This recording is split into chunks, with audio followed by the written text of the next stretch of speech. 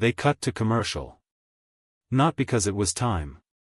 Not because the inning had ended or the pitching change had been made or the manager had walked slowly to the mound.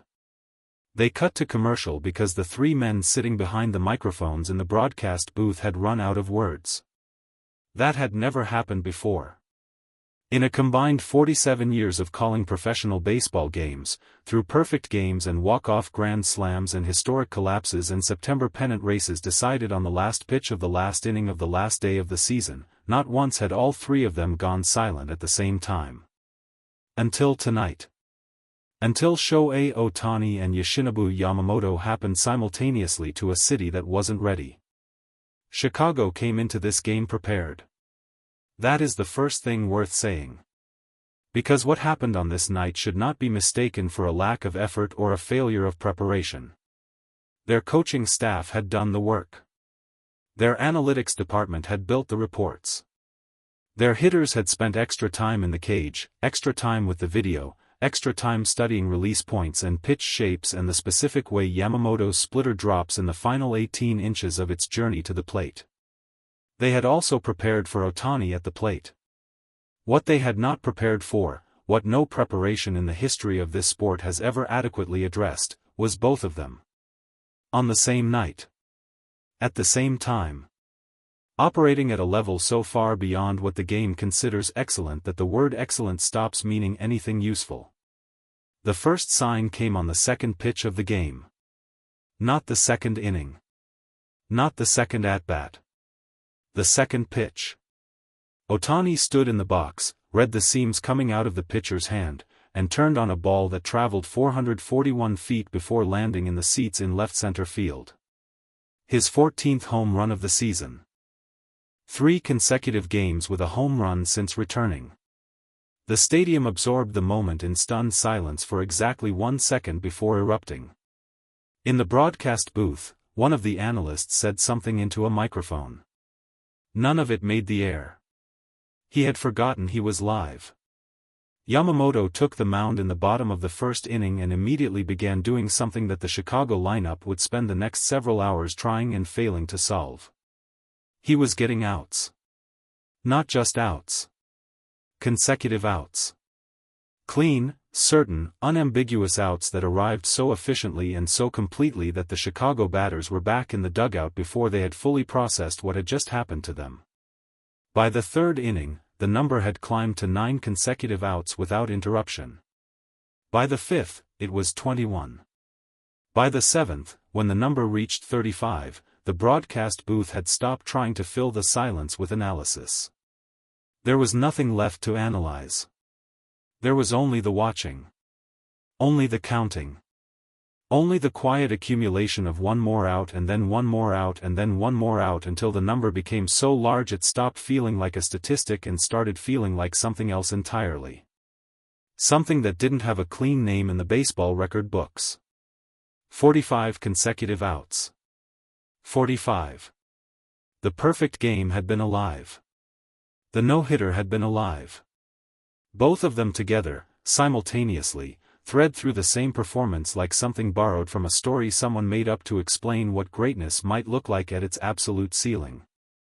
And then, in the sequence of events that baseball sometimes uses to remind everyone that it is still a game played by human beings against other human beings, the hit came. One hit. One moment of imperfection in an evening that had otherwise refused to allow for any. And Yamamoto stood on the mound and did what Yamamoto does. He breathed. He reset. He got the next out. By the time the final numbers were added up, 45 consecutive outs recorded across the game, 1 hit surrendered, a performance that would have been the most discussed pitching outing in weeks on any other night, the broadcast booth was already struggling with a different problem. How do you describe what you just watched when the words available to you were designed for a smaller version of this sport? They didn't answer that question cleanly. Instead, one of them reached forward and pressed a button.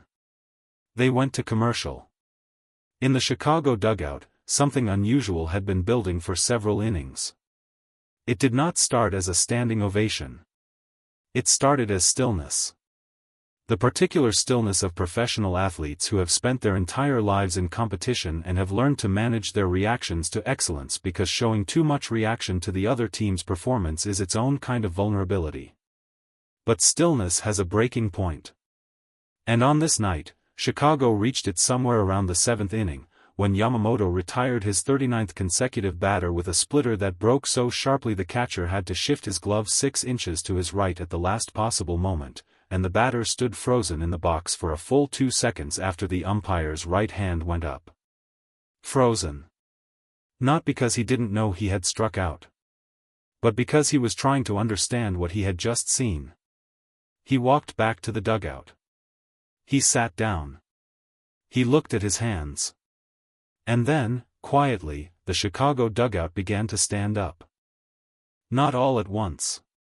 Not dramatically. The way it happens when something forces itself through the professional distance that athletes maintain between themselves and genuine awe. One player rose. Then the bench coach beside him. Then the veteran outfielder who had been in the league for 13 years and had once said in an interview that nothing in baseball surprised him anymore. He was standing now. By the time the inning ended, the entire visiting dugout was on its feet. Not clapping for the Dodgers. Not celebrating a loss. Acknowledging something that sat outside the boundaries of competition. Something that the sport itself had produced and that everyone in the building, regardless of which uniform they were wearing, had a responsibility to recognize. The crowd saw it. The broadcast cameras found it. And for approximately 15 seconds, the booth went completely silent again. This time, they didn't go to commercial. They just let the cameras hold on the Chicago dugout, standing, in a stadium that belonged to the other team, watching a pitcher finish an inning that would be talked about long after the final score had been forgotten. After the game, the Chicago manager sat in front of the microphones with the expression of a man who had rehearsed what he was going to say and then abandoned the rehearsal somewhere around the 5th inning. A reporter asked him about the standing ovation. Whether it had been a conscious decision. Whether someone had started it or whether it had simply happened. He took a long breath. "It happened," he said. "I don't think anyone decided to stand up. I think the game got to a point where sitting down felt like the wrong response to what we were watching." He paused. "I've managed for a long time. I've seen great pitching performances. I've seen nights where a starter is clearly operating at another level. But what Yamamoto did tonight, 45 consecutive outs, and the way he handled the moment after the hit, that's not something you see and file away as a good performance. That's something that stays with you." He was asked about Ohtani's home run on the second pitch of the game. His expression shifted slightly. Not to frustration. To something closer to resignation.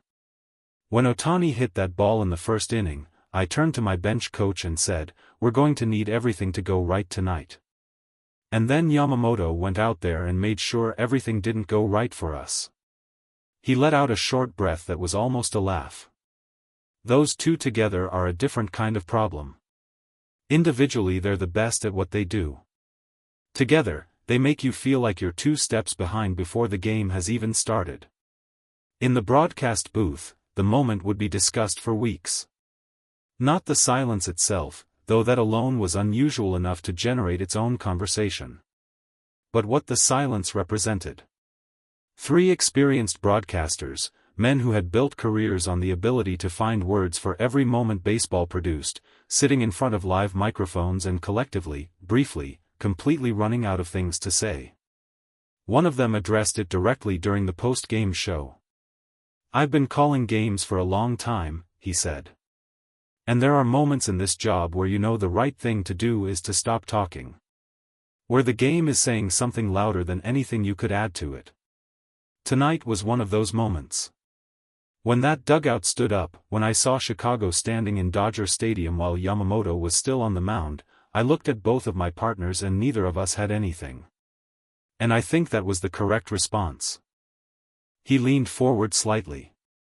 "Because some things in this sport, you just watch. You don't explain them. You don't contextualize them. You sit there and you let them happen to you. He was quiet for a moment. Tonight happened to me. Dave Roberts was the last to speak. He had watched all of it from the manager's box. The home run. The consecutive outs. The standing ovation from the opposing dugout. The broadcast booth falling briefly and completely silent. He was asked, simply, what did tonight mean? He didn't answer immediately. He looked at the table. He looked back up. It meant that this team, on the right night, with those two doing what they're capable of doing, is something the sport hasn't seen before. He chose his words carefully. Not better than what's come before. Just different.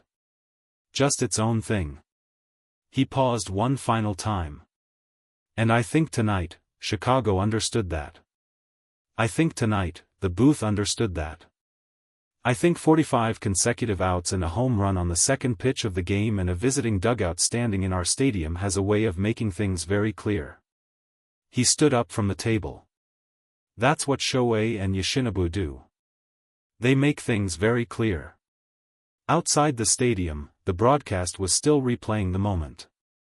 The standing dugout. The silent booth.